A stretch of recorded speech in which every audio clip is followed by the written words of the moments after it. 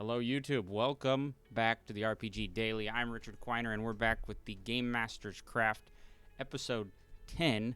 Today we have a really interesting guest, Chris Solo from fabled42, and Ukodor is here today. He is a world-building monster, a content-creating beast, and if you've looked at anything on the internet in the last year or two, you've probably seen Ukodor pop up in one of your feeds if you're a D&D person. So we're going to get right into that.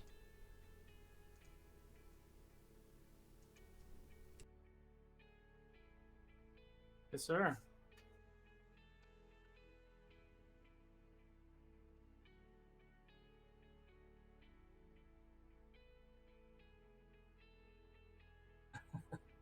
Yeah.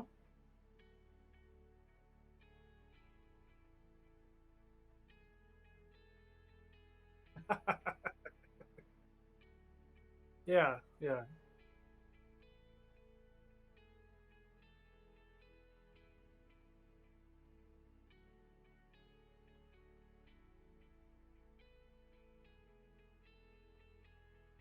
Sure. Yeah. So yeah, thank you for the introduction. So yeah, I do run and manage the fabled42, which is a network. We're like a collective of D&D streamers and artists and designers and other content creators and writers and bloggers and all sorts of things. Everybody in tabletop, and we all came together under kind of one house. And a long time ago, we started with just one of my shows called The Realms of Ukodor, which airs on Wednesdays. Um, and it's quickly evolved in something so much more. So we actually separated the two entities. So those of you who watched us before, we used to just be the Ukodor network, and now we are the fabled42. So we are something even larger, and it's just an amazing experience that we've been on. But we have multiple streams every month. So we have the Origins of Ukodor that airs every Monday at 5:30 Pacific. The Realms of Ukodor, which yesterday was the first episode of our final arc for the end of season 1. So if you haven't watched Realms of Ukodor, now is a great time to jump in. There was a lot of recap and story development that happened yesterday. It was really cool. And that's on every Wednesday at 6:30 Pacific. We have the Fables of Ukodor, which is the first Sunday of every month, DM'd by Jason Russell of Critical Dice, which is actually this upcoming Sunday. That's at 3 p.m. Pacific. And then there's the Adventures in Middle Earth, which is the third Sunday of every month, which is DM'd by Chris Sizemore. That is a really gritty. We've had 2 player deaths, and we're at level 4. That's just what it is. We have a new show starting soon, DM'd by Logan Henley, DM Screening. That is the second and fourth Friday of every month. I believe we picked 6:30 as start time for that for Pacific as well. So we have a lot of other shows that we're trying to bring out, and more like one shots. And we just got done doing GaryCon, and we streamed 53 hours in 4 days for GaryCon. Yeah, GaryCon was that was a beast. And we're actually looking to do something very similar with ReaperCon in September. Nice. But I can't say anything else about that. So that's a little bit about who we are and what we're doing. But we are building community through friendship, gaming, and just overall chaos. Excellent. That sounds fantastic. The viewers were pointing out for a little bit I had my mic muted, but the important thing is we got your introduction in there. All I had said was, it's nice having him. That's all I had said. The viewers are, well, one of them is saying, ask about the minifigs. Ask about the minifigs. So What I have minifig? to, that's how we'll start. What is up with all these? You have a lot. I can zoom out a little bit just for a second so Sure. people can see. And it looks like they're mostly painted, which that's yeah, weird. that big pile behind me is mostly painted. Yeah.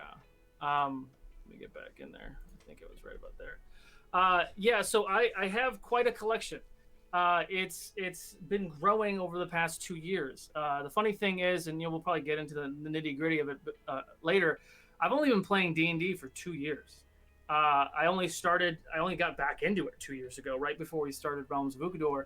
And slowly, I get some sponsorships, and someone might send me like a brick, like the Wizards, the WizKids bricks, Yeah. which are addicting. And they're just mean by doing that. You're like, oh, I bought 70 of these. I'm missing that one. Yeah. However, there's a really cool shop, and I can't remember the name of it. It's skipping me right now. But if you go on eBay, you can get each individual one for like $1 or $2 a piece. Oh, nice. So I've literally gone through and got, like 5 of the villagers I want, or I got a bunch of the phase spiders. Like there's even more here. Like you guys can't even see it. Like I have a whole tray full of just animals, and then I have a tray full of like monstrosities, and I have a painting station over here with stuff that I'll get to at some point. And but yeah, so all the stuff that comes painted was, it's most of it's WizKid stuff. And there is a lot of 3D printed stuff, and anything that you see on any of our shows that's 3D printed is from Griffin Co. So Griffin Co. is a really cool small shop. They've been sponsors with us since like the beginning. Like the dungeon tiles and stuff, and like here I can just rip one out. I have a little set here because I was DMing kids earlier. But I have a little 3D printed open lock system thing taped. I don't use the open lock system because I have an opinion. It's just easier to just set it up how you want. I usually use duct tape and sand to kind of hold everything in place. But yeah, so the minis are. I have a problem. You have a problem. I think we all have a problem. I don't have enough. You never have enough. No. You're like, oh man, I really wish I had a soulmonger. I think you mentioned something interesting that I do want to get into. You said you've only been playing for a couple years. What is your history with the game then? Like, let's get into how you got into it and how long it took you to start DMing. Sure, I gotta stand up, man. I can't. My players always give me a hard time. Like I always try to sit, but I get too into it. So my story's interesting, right? So I graduated in 2000, right? So I'm an 80s 90s brat. We video games started to get really big, but we still played a lot of tabletop stuff, like board games, and I think it was second edition came out right in the 90s. I can't even remember, but that was like the last time I played D&D. It wasn't like D&D now. D&D's cool now. It's almost like too cool. You're like, oh god, like there's too many people playing now. Everyone. But back then you couldn't. You couldn't. You had to like hide. Your family, like a lot of families and parents were like, no, it's the devil, whatever. Or it was so nerdy that you would just like instantly get beat up.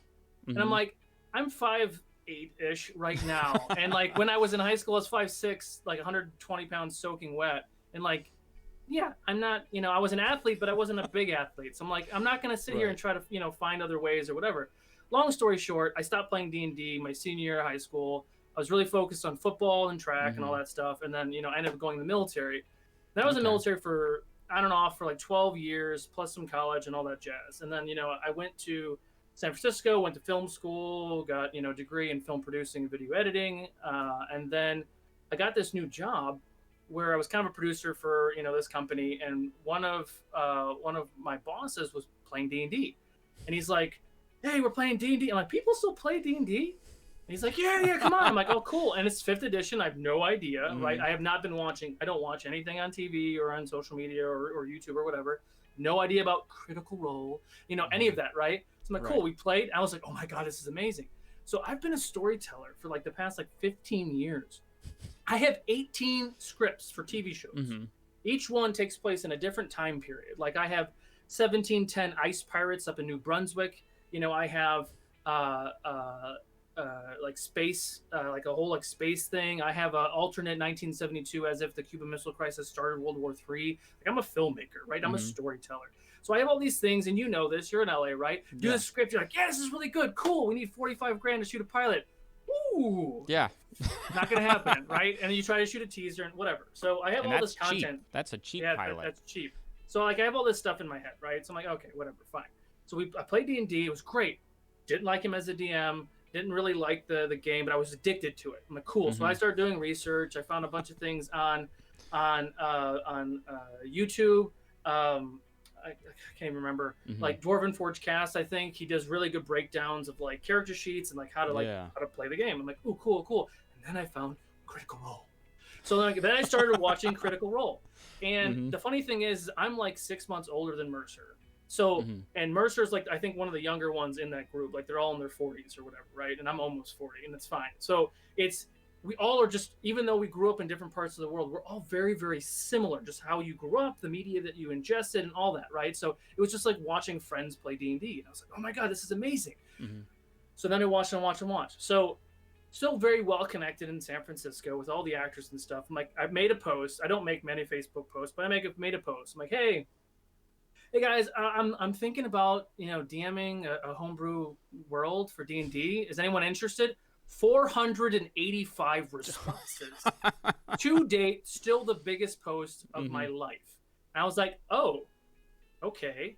So then, we went through it, and I got introduced to a couple people that I wasn't friends with, who are still players now in Realms, with GW and Ann. Eric and I were older friends, and Jeremy. We brought some other people into. Eric Bra is a really awesome person. So he's an amazing human being. If you ever watch him, he's got the really long beard.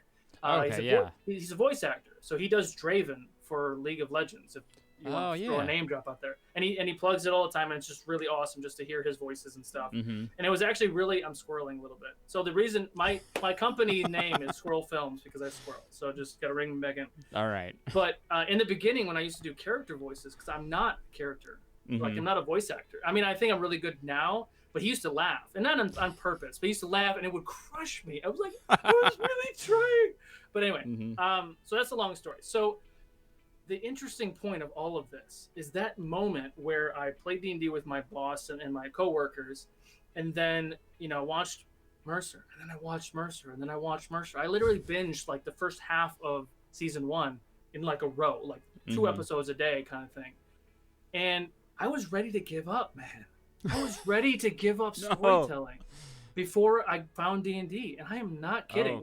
Before I found D&D, like I was literally about to give up because I would try no, and I was like, God, like, and it gets me even choked up every time I think about it. Like, whenever I meet Mercer, I'm gonna fucking bawl, and it's gonna be terrible, right? Like, it's gonna be like first impression, like, who's this guy, right?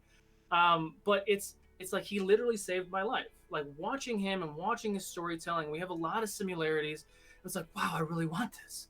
Like, I really, really want this. So then I started building Ukodor, and the way that I built Ukodor is my homebrew planet, so it's the entire planet. Okay. And I started building Ukodor, and what was I going to start fresh? No, I was actually going to start with all of the 15 years of world building I've already been doing.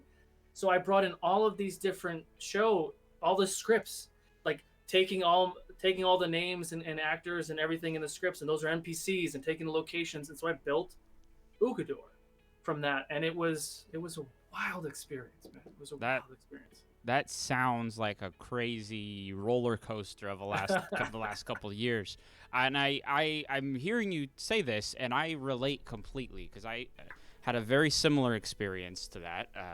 I won't go into details, but it does go through that path of trying to get into film, being like, oh, this is way crazy, and then finding D&D and the storytelling medium that it is, just opening your eyes and being like, whoa, I can do this, and then it becomes this amazing world that you've just stepped into, and then 6 months later you have a shelf like you do full of minis, and you don't want to stop getting them. Yes. So I completely relate, and I think a lot of people would relate to that same story of the kind of the saving grace of D&D, or that saving moment. So that's very interesting and really cool. I like that. I like hearing that. So thank you for sharing that full adventure. You said Ukodor is a planet that you've created. It is a planet, yes. Which a lot of people I talk to, they tend to stick with one continent and keep it kind of reined in. What made you go so big? Well, the interesting thing is, so Ukodor is a funny thing, and I'm just a funny person, so I come up with all this stuff, right? So when I first created Ukodor, it was really around one planet, or one continent, and all the other continents were kind of just like we weren't really focused on those. We're really only focused on the one. And after I think it was like 6 or 7 months, I got really excited, and we started doing a new show, which was called Ashes of Ukodor, which takes place 3,000 years in the future, sci-fi. Nice. They've harvest, science starts to replace magic. They've harvested all the magic stones from Ukodor, killing the planet, and they went out into the solar system. I have 17 solar systems with 9 planets each. I have it built right now, and it started getting too much, right? And I still work 1 or sometimes 2 full-time jobs on top of this. So we put a pin in that, and hopefully we'll go back to it. It's still 5e and whatever. So we came back, and then I started just redeveloping the planet and redeveloping the story, which is how we kind of got to origins of Ukodor. So I only just recently finished the entire planet, right? Which I just sent you. So that is the Yeah. entire, all the continents, all the different things, and all the bells and whistles, and it's really pretty, and it's everything else. But this is only for the third age.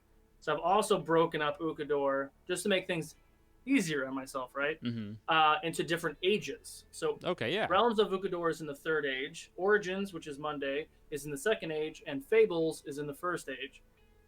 Mm-hmm. However, the world looks totally different in each age. Yeah. So then that means I have to make the exact same world totally different with different cities and different NPCs and different shops and different things. I'm like, oh, let's just make this even harder. Yeah. But why not? Yeah, why not? But it was, I can't just put one foot in it. Like I usually just have to dive in. Like not everyone's going to be from the same continent. And I think the opening line for, the wayward travelers travel from the continent of Motul across the ocean of storms, looking for a fresh start.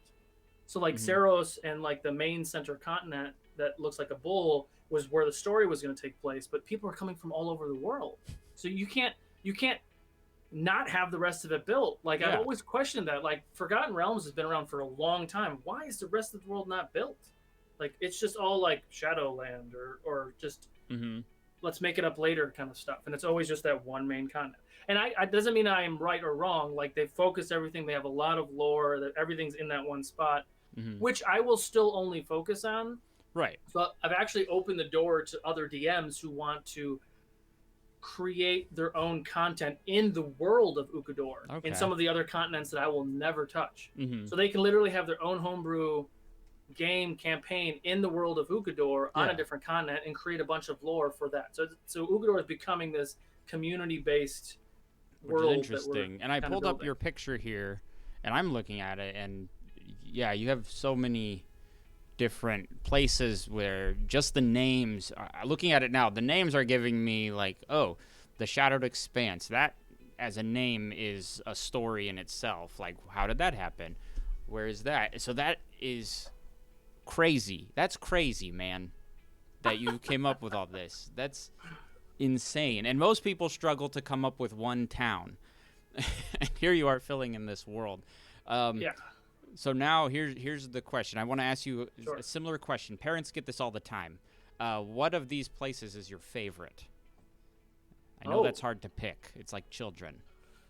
No, you tell each child that they're your favorite. Right. So the whole story started in the city of Edak, and I think it kind of becomes my favorite because that's where it started. So like, I also do things kind of backwards. So there's reasons why Edak I think is one of my favorite cities in this whole place. Is instead of like coming up with like the story arc and all this other stuff, about the world, and this is the first arc and this is the second arc, like I thought of a scene. So I do what, if he's in the chat, he's gonna yell at me. But GW, right? So everybody who came into my first campaign, they all gave me a couple sentences, a backstory. I'm like, cool, I want more. I want, parents' names, live or dead, siblings, live or dead, where are they, blah, blah, blah, what do they do? Everybody gave me, like your typical, like someone died story, right? And then GW, who is a half-elf druid, his elven side are like royalty and all wealthy, and his human side is still kind of royalty and kind of wealthy. Everyone's alive and happy, and it's like this, ooey gooey thing. And he decided he wanted to be essentially a hippie and wandered the land for 10 years and then became a druid. So I was like, So I got all the names and stuff. So when they first arrived in Edak, they met, the very, very first episode, they met the Duke and the Duchess of Edak. And the Duchess was actually his youngest elven sister. Insert, NPC. So then there's story stuff. He has a niece and nephew he didn't know about that I created. He was really excited about it. Then several episodes went by. And, we brought in Bo, who's a friend of ours in San Francisco. He streams on another channel. He came in as a guest. He was with the players for 2 episodes, and he kind of worked for the Duke and the Duchess, and everybody was oh man, Bo's such a great player and such a great character. Everybody was happy and loving. And then we skipped a couple episodes. Bo had other stuff to do, and he came back, and they were kind of fighting, and kind of towards the end of the beginning arc, like the catalyst that started that first major arc. They were fighting these really evil things, and Bo was there and defending his sister and the Duke, and GW was there fighting for the Duke. And then halfway through the fight, Jadobi, who GW plays, hears Jadobi, and he turns and he looks, and Bo PC had a dagger stabbed in her heart and killed his NPC sister, which started Bo as the main protagonist of the first arc, who was a PC main protagonist. That was the first thing that I ever thought about when I created Ukodor. So that's why I think Edak is just such a historic city that we built for it. Wow. That's a powerful moment too. That's a way to kick it off. Oh god, they were so angry. Like, he didn't talk to me for a week. Eric took his glasses off and threw them on the table, and he was beet red. It was awesome story beats, awesome role play. They don't trust any guests I bring in ever. Like, they legit don't trust anybody, and you can get away with that like once, But it was a really powerful moment that started a chain reaction of things, and it worked really well for the story. It worked really well for his character motivations, and kind of got him and his character arc like going. And then it was just this whole just epic, it was great. That sounds like, the way you're describing it, it sounds like someone trying to watching a movie, hearing that story, that sort of thing. Knowing that you're a filmmaker and you come from that background, obviously that has influenced your Dungeons and Dragons playing and your storytelling. Have you seen any differences between your style of dungeon mastering and others who may not have come from a similar background? Can I say that one more time? You broke up a little bit. Oh, have you seen any differences in your DMing style compared to other dungeon masters who may not have had the same storytelling kind of background? It's interesting because I think every DM has their own style. Everybody has their stuff they like to pull. Like, some people like RP more combat more.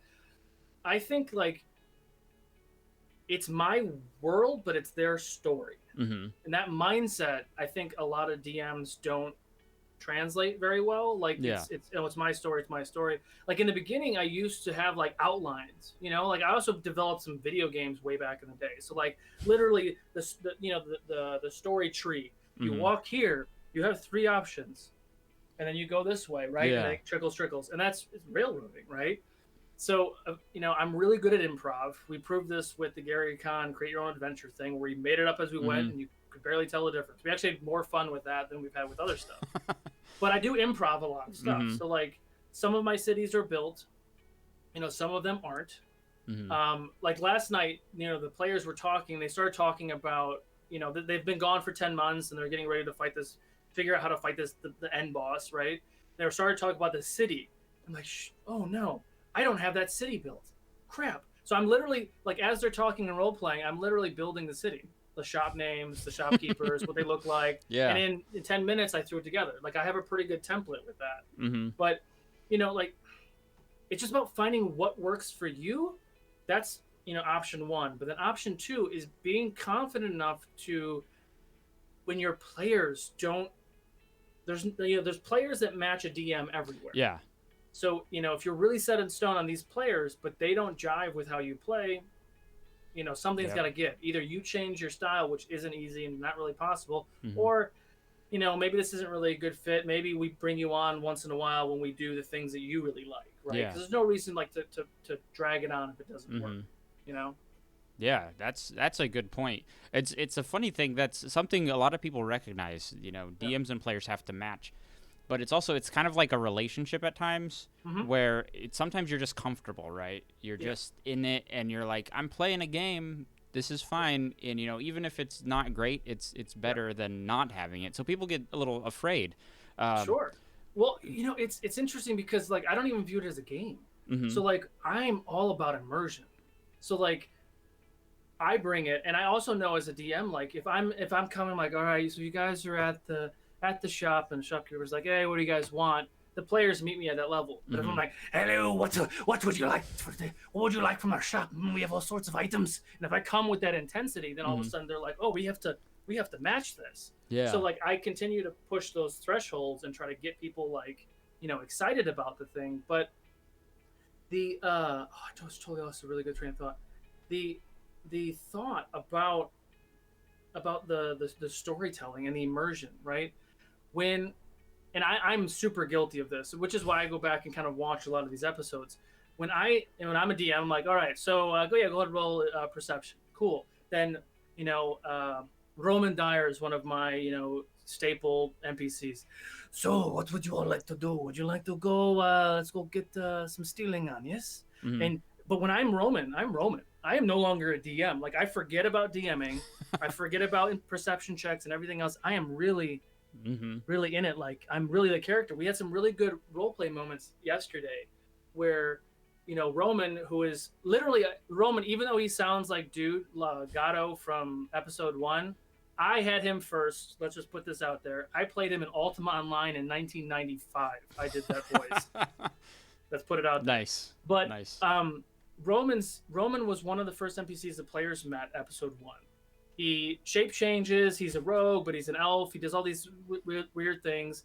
I've never actually really even built him as a character, and I just have him do cool things because he can do cool things because #magic, right? Yeah. But he's usually on their side, but he always has an ultimatum. Long story short, they eventually meet that Roman has a husband. And later on, Roman and his husband were separated because his husband died. So now you have a male elf character who had a husband who died and has this emotional thing. And Lizzie, one of our characters yesterday, had this really hard moment because we had a player that was part of the story that she had to leave. But Tallulah, she left the story, but then Lizzie's character, those two were going to have a relationship. But now she's gone because she actually died, right? So there was all spoilers, sorry. But so there was all this stuff. So now Lizzie, this PC, is dealing with this heartache, and she goes and talks to another PC and tries to get him to she's like, well, what do you do if you fall in love with someone? And Eddie did it really, really well, where he was playing uncomfortable because he's a dragonborn. He's never really thought about love. And he's like, And Roman wasn't there. Roman was somewhere else. But I brought Roman in. He was invisible. Cool thing, right? Magic. Yep. And because Roman had something to share. And all of a sudden, I saw that the disconnect wasn't there. Eddie wasn't really sure what to say. So Roman stepped in. He's like, hey, she's not trying to hit on you. Just relax. And then Eddie was like, all right. And then Eddie left.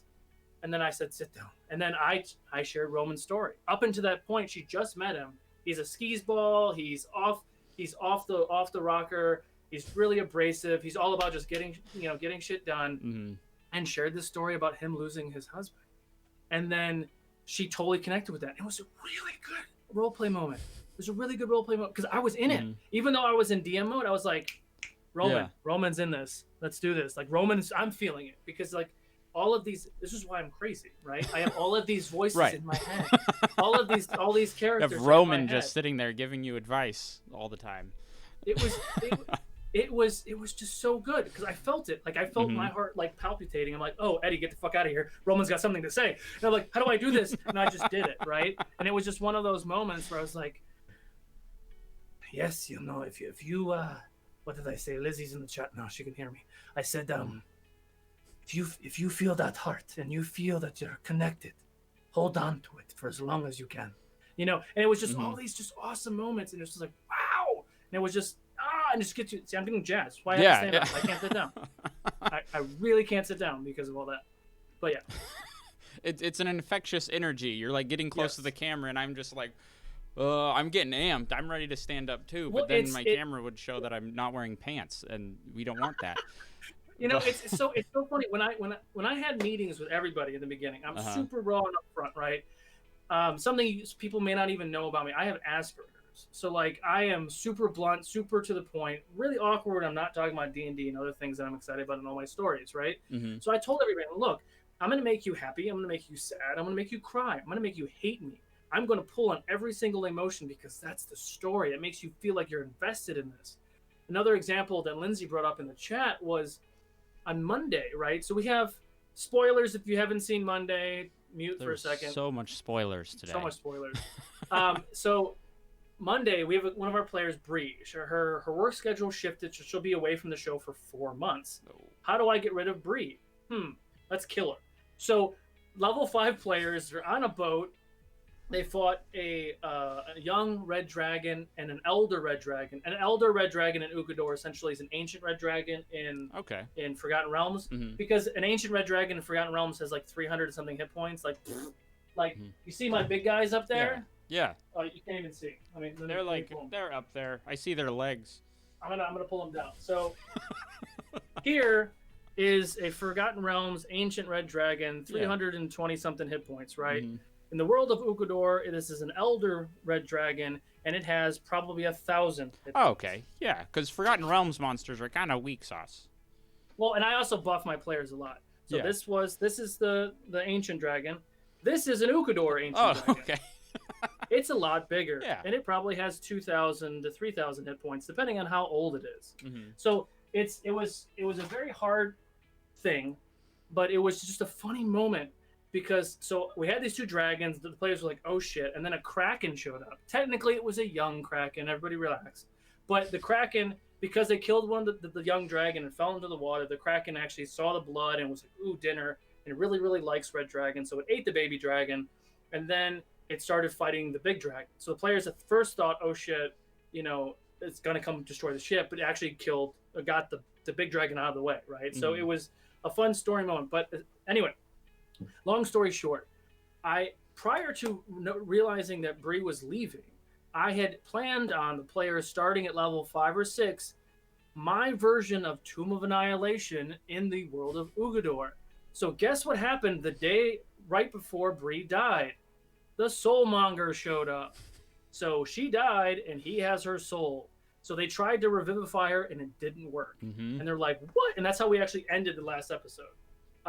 So little spoilers with that yes, they're doing Tomb of Annihilation, but it's super cool because it fits within the world. Mm-hmm. But they had all these like just awesome. So I do something very similar to what Mercer does, where I do like a ritual similar to what he does as far as trying to like resurrect somebody, even with Revivify, because really good story points.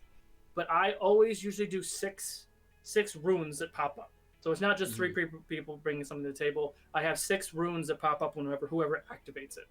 And 6 people have to bring something to the table. If there's not 6 people, then you have 1 failure, right? So it's just one of those things, and the DC is different, whatever. So, they do something that succeeds, the rune lights up, and then all the runes start to circle, and it, raises the person up. But everyone had so much just all the emotions, right? And like those of you who don't even know what Origins is, you all think I'm crazy now. So Origins of Ukodor is my mad scientist experiment. We started in November. 35 player characters in 5 simultaneous different campaigns that all intertwined into one story. The 5 main PCs of the story each started in their own campaign. So one main player started with 5 or 6 other PCs. A lot of them died, a lot of them didn't, and they all intertwined into this story that we just started, I think, March 9th. We're episode 8. So all these people have met. So there's like so much emotion, especially the person who was connected to Bree the most, which was Josh. So there's like just so many. I love the juices and the emotions, and like, I'm getting choked up, other players are getting choked up, the fans are getting choked up. And it was just really, really good storytelling, and it just drives the motivation. It just continues to drive. Again, I will talk forever. That's the show. That's really an interesting world, and the whole thing. One of the guys saying you deliver too much content. He barely has time to watch it to catch up. Me too. I think that's a good thing, personally. A question, taking it a little more simple. Yes. My channel is a lot for newer dungeon masters, who've been just getting started. When you're doing 5 separate campaigns with intertwining characters, how do you keep that all straight? What tools do you use, and why? Yeah. Why? Exactly. Well, the why is a strange thing. I'm crazy. But I'm always trying to do that. I'm always trying to do something that hasn't been done, doing something different, right? Mm-hmm. So I'm trying to do something that really just breaks the mold. So everyone's like, oh, there's 500 D&D shows out there. Which one stands itself apart? Yeah. Ukodor absolutely is different than anything. No one's ever done that, right? Fun thought, I've only been DMing 2 years. I never DM'd before Realms of Ukodor. Let's just put that out there. Where I am now is because even if you don't do a stream, this is my biggest advice to all the DMs out there. Even if you do not stream, record your sessions. Not just audio, but video record your sessions. A few reasons why. I go back, I don't do it as much anymore because I just don't have time because, like we said, all this content. I used to go back and watch each episode 4 or 5 times. Mm-hmm. So 4 or 5 times I would watch. The first time I would watch it all the way through. I would watch me and only me. How many times did I say how many times did I lose my train of thought, or what are my other habits, right? Mm-hmm. Like I used to, all right, guys, and like, which doesn't work for this. Sorry about that, by the way.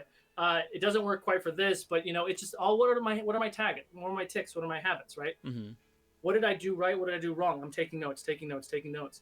Then the second time I watched the players.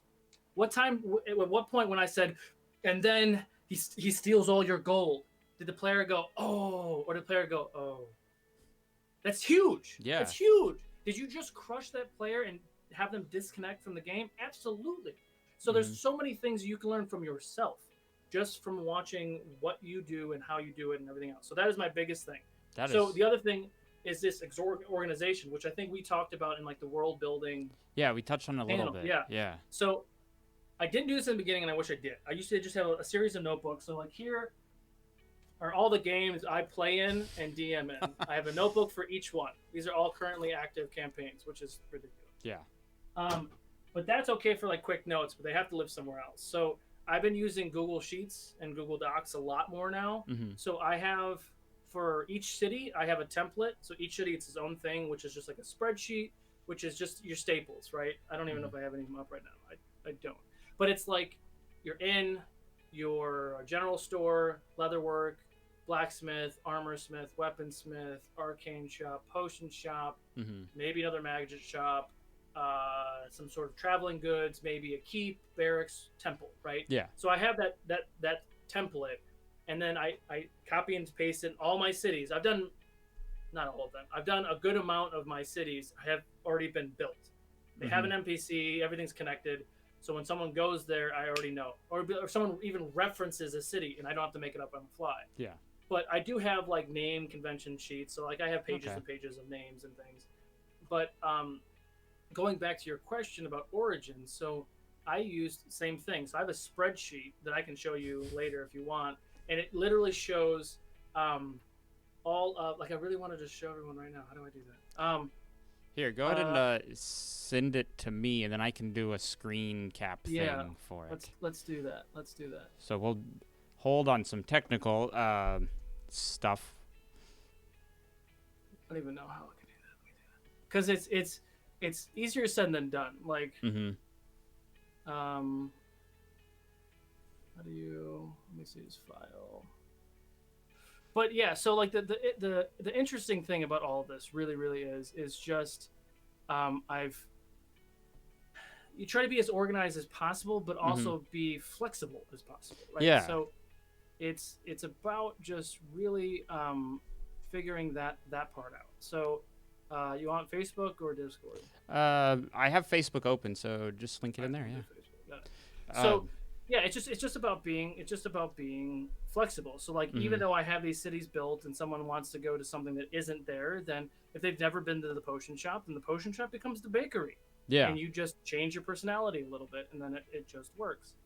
And it's just like it's just one of those things where you just keep pushing and you keep kind of just modifying how you are in that world. But that's essentially how I just kind of stay organized.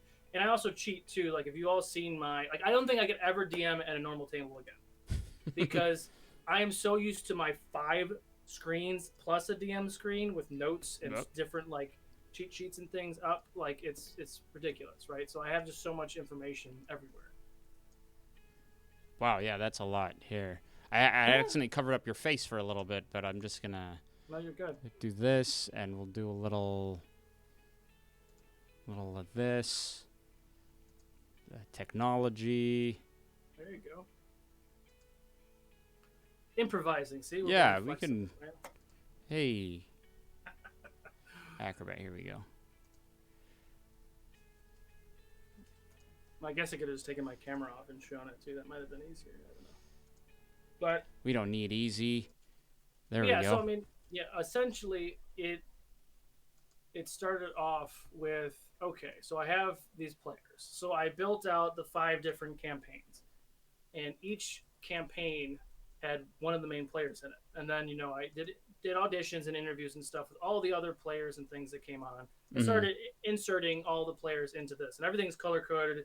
Everybody who's yellow has been like written off of the show. Everybody who's red who's died, and you see the color scheme continue to go as you scroll to the right as the storylines start to converge.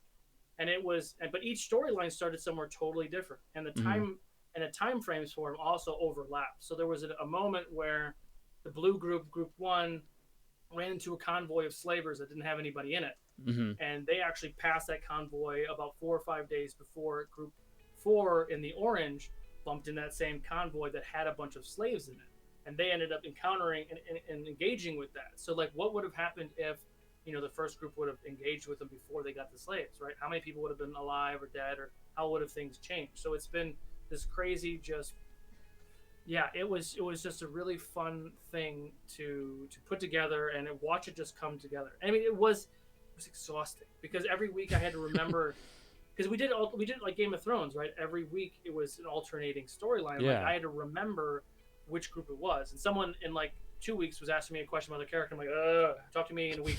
Like, talk to me when we're gearing up towards your show. But it did what I wanted it to do. So we have a couple things. There's been a few interactions where some of the PCs have died, and they almost died in the world, right? And then the players left, right? What happens when that player comes back, right? Or at any point, even a player that everybody loved, like Eddie plays Kresgar, who's a gnome wizard who feels like he's a dragon, right? And he's already been kind of temporarily written off the show, but he's still alive. When I bring him back in episode 50, he's not just a random guest star. He's a player that everyone knows. Yeah. Some of the PCs know who he is. Some of them don't. The fans absolutely know who he is, right? There's a backstory there. And it's an interesting thing, too, because, like, if, let's say he's really best buds with Scrag, who's a Warforged cleric, who's technically not from the world of Ukodor. And that cat has been let out of the bag, too. Because I have, like, a lot of multiverse stuff. But, so Scrag has always been this uplifting guy. He's always been chippy and cheery, and he was always like, Kresgar, you're my buddy. So what happens when Kresgar comes back, and, they're on episode 8. So what happens right now, Scrag just witnessed Bree dying, and he's crushed. So 8 episodes in, there's 8 episodes of these other players who have kind of gotten used to Scrag being peppy, but add 25 more episodes to that, and Scrag's just emo now, and everyone's used to him being emo. When Eddie comes back, episode 50, you add 40 more episodes to this. Eddie comes back, hey, Scrag! He said, oh, hey, Kresgar. He's like, what's wrong, man? You used to tell all the jokes. So there's all this just lore, inside jokes, and all sorts of things that, Scrag will never do that. I think Scrag will just be peppy till he dies because he's an interesting Warforged. But it's just all these different things that just intertwine. So it just gives everything just more weight. And just more things to use, against you or not. Like, what happens at the party, like, we have an opportunity to bring Eddie back in as a guest star. The party shows up at an orc camp, and Eddie is strung up to be set on fire. Oh, who's this? It's just some random gnome. We'll leave him, right? It's an NPC, right? But if it's someone that you actually care about, that, like, Scrag, when Scrag opened his eyes, he found, Eddie on the shore of a river, and, like, the whole series started with the Warforged opening his eyes, and that's how we started this whole thing. Him just powering up, and it was really cool. But yeah, wow, that's a lot of intertwining emotions, characters coming in and out. It's a lot to keep track of. But I have a question that came from a viewer, and basically, it's: have you had any burn it all down moments? That, like, I want to quit? No, not that you want to quit, but just where everything it has to, like, I don't know. It's kind of a strange question, but I'm asking it because this guy has asked some really banging questions, like last week. I see it as moments where the story just has to come to a big, drastic moment where it can go terribly, terribly wrong or amazingly great. Have you had any of those? I've had a lot of those. So I have pretty good control, and I don't want to give too many DM tricks out there, but I have pretty good control, especially with the tool of D&D Beyond, and you can kind of see where your players are floating at, if they're updating their character sheets properly. And you can kind of see if, especially because, like I told you before about the dragons, nothing that I use in Ukodor comes from a book. It's Right. all homebrew. It's all different. Mm-hmm. You run into 4 orcs. They're each going to have different ACs, different hit points. When you Mm-hmm. run into those same 4 orcs 5 levels later, guess what? They're going to match you. Mm-hmm. They've leveled up too, Yeah. and they're going to be different. So it's always that thing about trying to balance that scale. There were moments during the Victor fight. So Victor is essentially my Dracula. Long story short, he's been around for 3,000 years. Every time they kill him, he goes back to his keep in the Shadow Ward, and the Shadow Ward, essentially my Shadow Fell. Mm-hmm. He goes back to his keep to rejuvenate and regain his ability to walk the material plane. So he sits there for 500 years and stews and gets really angry. And he's trying to bring back Riha, the goddess of darkness, who's like his bride. She's the one who kind of created him, and I just didn't get too deep in lore. But so that was a 3-episode fight. They got to the keep, they fought some things, and they finally got to him in the 2nd episode, and they started fighting him.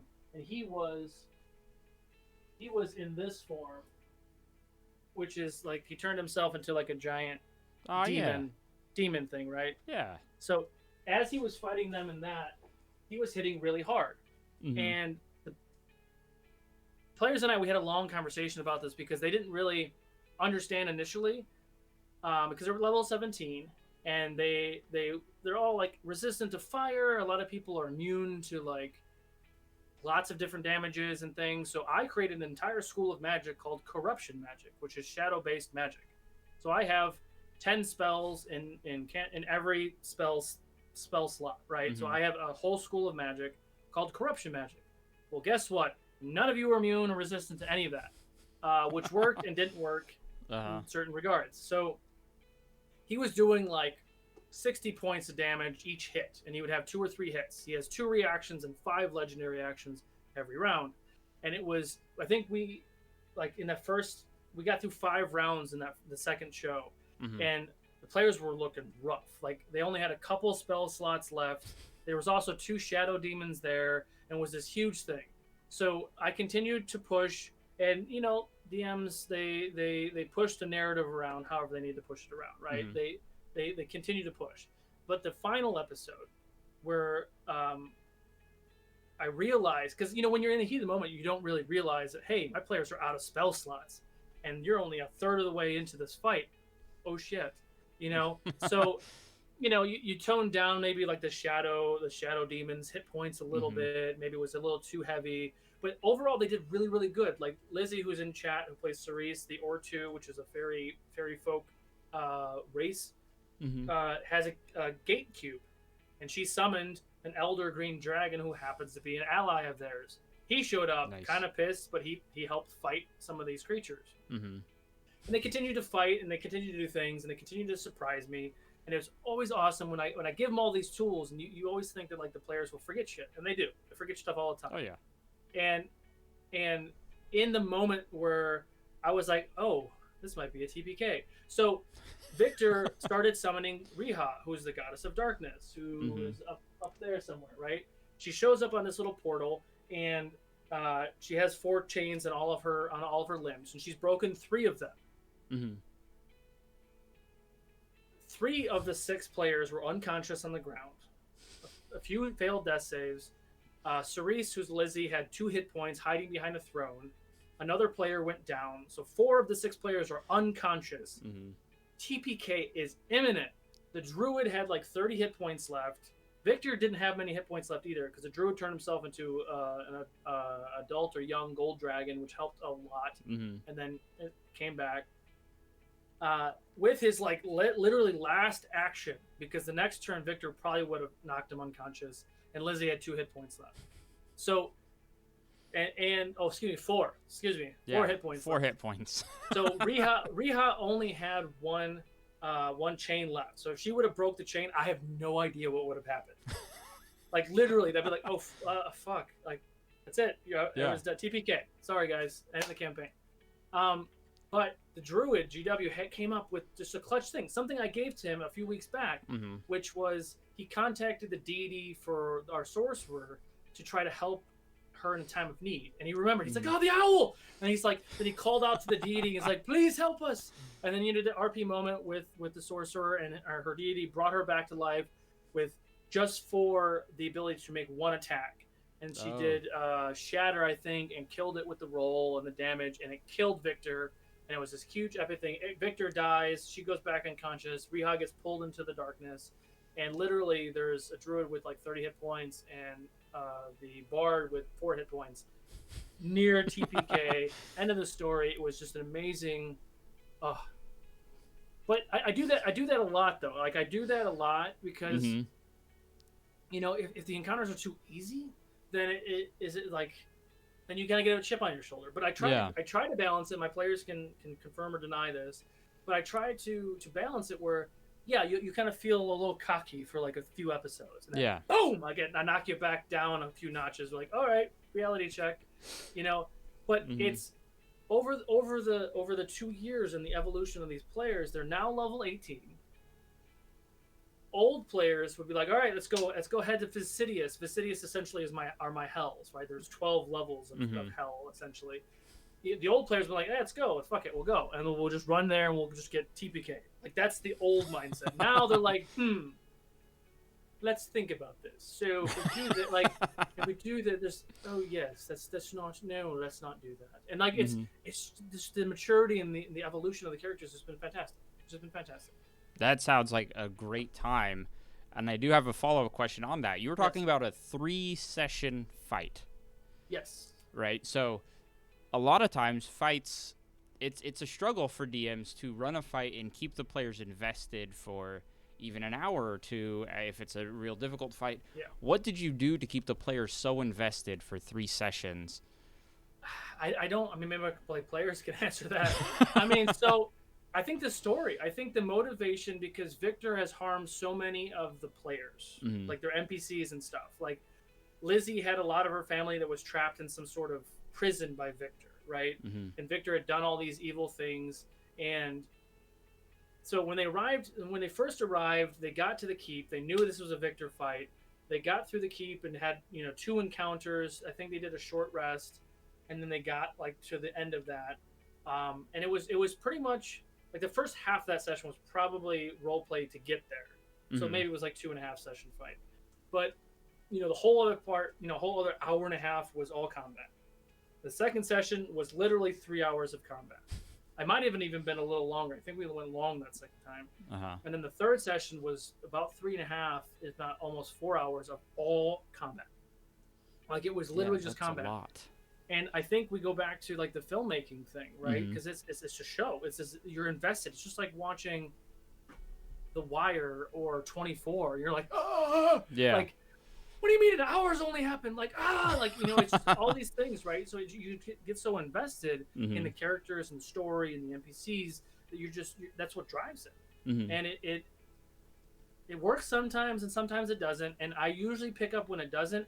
In moments like that, unfortunately, you're railroaded. You're going in here to fight Victor. You could try to bail if you wanted to, and I could try to ease up on the fight a little bit, or a lot of times like off camera, I'll have like 6 other things that I could encounter. Like I'll have it ready. Like, ooh, okay, this is too easy. Here's fire giant, go for it, or whatever. But a lot of times I don't need it because they role play enough, they interact with each other, they mesh so well, and they just work really well, and they're a family. So like when another player goes down, they oh no, she's down, right? So like even when the player that no longer is in the show left, I had to role play her death. So even it's just me role playing her death, and when she went down, everyone felt it, and it was real, and it just, even me pretending to be her was someone who they've actually played with and interacted with, and it just really worked. But wow. I do try to keep it up, and that kind of, we started to lose engagement with Monday's show when they had the 2 dragons. Like when I brought the second dragon, like I saw the players get deflated, but that was what I wanted. I wanted them to get deflated. That was the desired effect. That it's oh shit, and I was really trying to kill Bree, but not do it in a way that was super obvious. Right. So that was like, it was really hard to navigate that. And the Kraken really was my failsafe because they didn't really do enough damage to kill the Elder Dragon. But because they killed the other dragon and there was blood in the water, like sharks might show up, but the Kraken would show up. Yeah. The Kraken's looking for lunch, right? And in the story, it fits. It fits because the Kraken really does like eating dragon. Yeah. So it worked, right, as navigating those story elements to kind of expedite what was happening and make it feel like it was all part of the narrative, and I had no idea what I was doing before. So because I have no idea what I'm doing doesn't mean I don't jump in with enthusiasm. I think that's a good point that all DMs could take into consideration of that. Is just because you don't know what you're doing when you're starting out shouldn't stop you. Like, I want to encourage everyone who hasn't run their own games before, try it out. I think that's a thing we would all like in this hobby, in this thing. Chris, I think that's where we're going to end it. Thank you so much for coming on. Yeah, sure. I was, like, on the edge of my seat, almost falling off my chair a couple times hearing your stories. I enjoyed this interview because I just pushed you down the hill, and you were the snowball, and I just watched it happen. It was great, though. I really do appreciate all the input. I hope viewers were able to get something out of this. Sure, I know I was. I'm stealing several of your ideas for my home games because that's what I do. Openly give you all sorts of ideas. Excellent. Just when you publish the book, let me know, and we'll get that book pushed out. I'll give you a copy. There you go. As a wrap up, tell people again, where can they find you online and what can they expect? Yeah, fabled42, pretty much in all social media. We're at twitch.tv/fabled42. We're live every Monday and Wednesday. Monday at 5:30 p.m. Pacific, Wednesday at 6:30 p.m. Pacific. Every first and third Sunday at 3 p.m. Pacific, and every second and fourth Friday starting in July at 6:30 p.m. Pacific. New stuff coming out all the time. Hoping to collaborate with more tabletop influencers like yourself. And bring you guys in to do, one shots or whatever on the network. So thank you for having me. Yeah, thank you. And to the viewers, thank you guys so much for showing up. I know you had a lot of your viewers, your players, and your fans in the viewers today, so I appreciate you guys coming out and watching the show. If you haven't subscribed to this YouTube channel, go subscribe to fabled42 on Twitch and YouTube. Why not get all the bases covered? All the bases. Thank you guys for watching. Thank you.